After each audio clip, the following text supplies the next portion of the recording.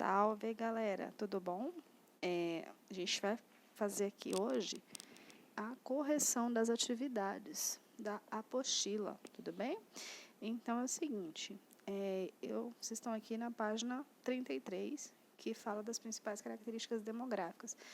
Só para a gente lembrar da demografia, tá? Então a demografia ela vai estudar alguns fatores: natalidade, mortalidade, expectativa de vida, transição demográfica, entrada de imigrantes, saída de imigrantes, tá? E a gente vai estudar América e África aqui, ok?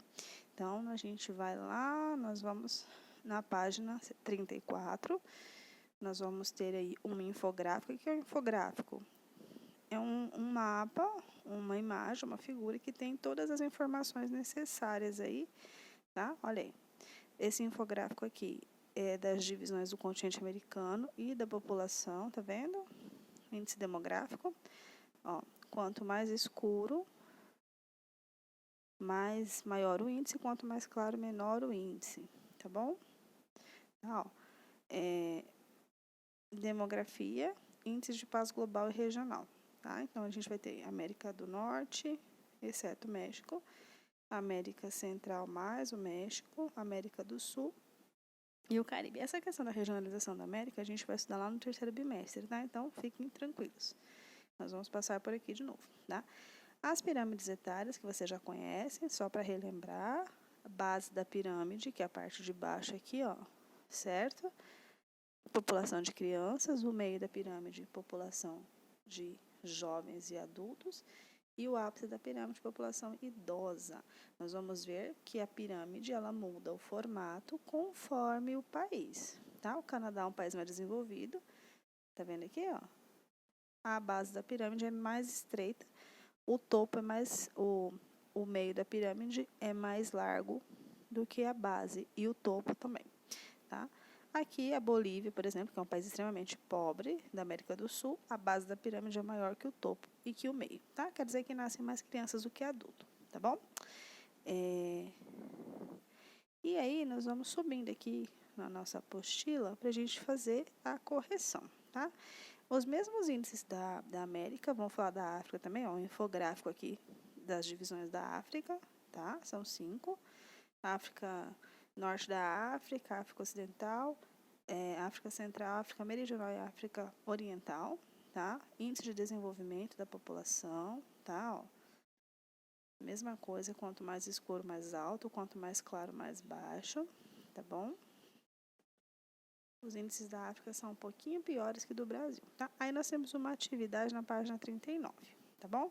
A atividade fala assim: observe o infográfico da página anterior com atenção e, em seguida, indique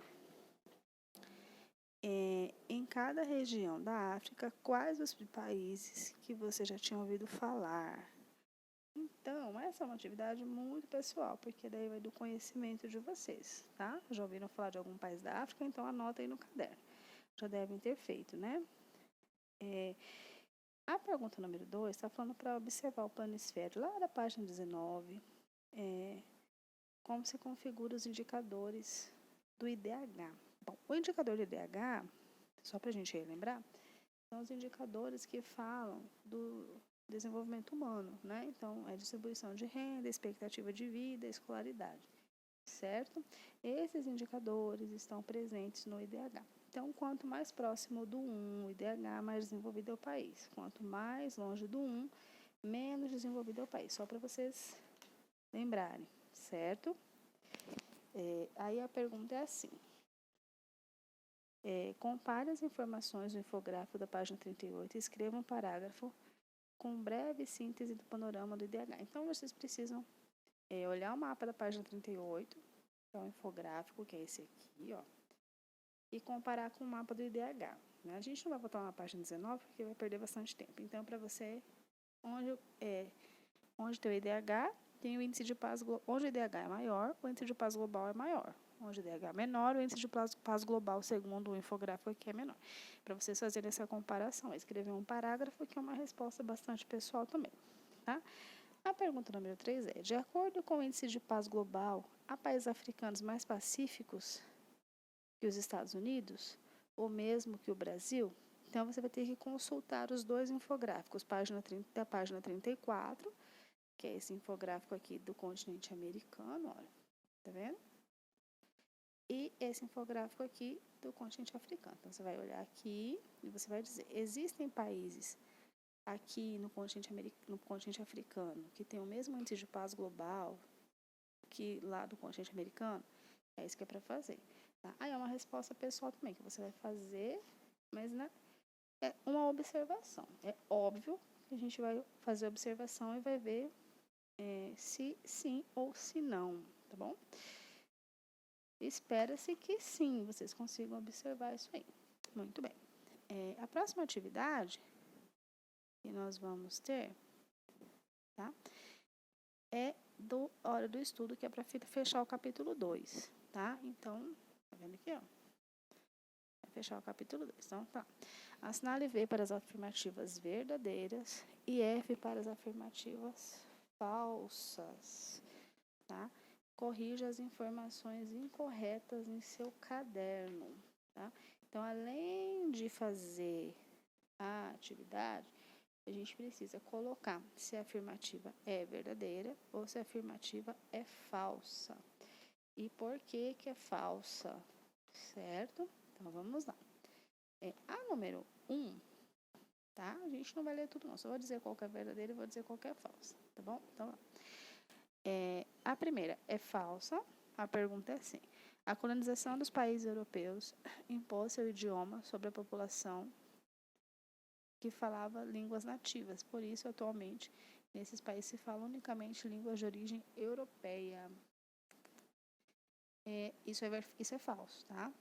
Ele impôs, sim, o idioma, mas, mesmo assim, a população do continente africano ainda fala diversas línguas. Eles não deixaram o costume ou não abandonaram os seus dialetos. Eles ainda falam, sim, diversas línguas nativas, tá bom?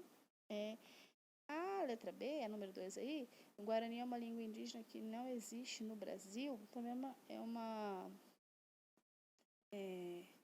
afirmativa falsa. É uma língua que existe no Brasil, sim, né? Mas ela é divulgada, assim, ela é falada muito menos que em outras regiões da América do Sul, mas é uma língua que existe no Brasil, sim, tá? A afirmação 3 é verdadeira, a 4 também, e a 5 é falsa. A 5 fala assim: a classificação dos países americanos e africanos quanto ao índice de paz global comprova que países ricos e com IDH alto são necessariamente mais pacíficos. Isso não é verdade, tá?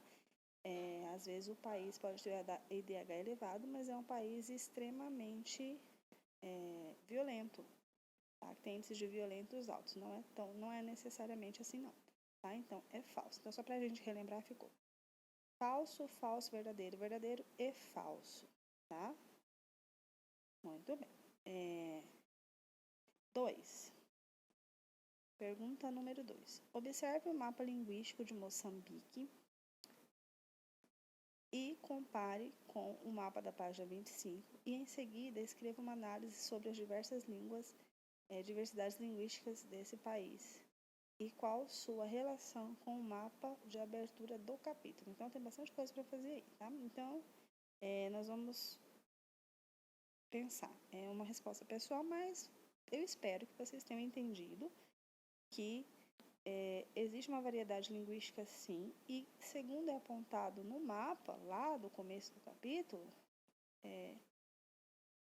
vocês vão poder confirmar que essa afirmação é verdadeira. Então, vocês precisam escrever aí uma observação que vocês fizeram a respeito dessa variação linguística. Ok? Então, vamos lá. Número 3. Leia o trecho a seguir do historiador Loris Zanata sobre a população da América Latina. Para ele, que constitui um intrigante mosaico humano, que favorece a unidade na medida em que se torna uma miscigenação étnica e cultural, capaz de gerar um conjunto de humano novo e original, mestiço por natureza. Tá? É do Zanata essa afirmação.